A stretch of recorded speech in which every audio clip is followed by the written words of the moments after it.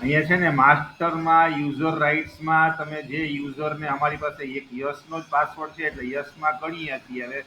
તો આના બે ઉમેર્યા છે સાઇન કેલિબ્રેટેડ બાય એલાઉડ અને સાઇન એપ્રુવડ બાય એલાઉડ.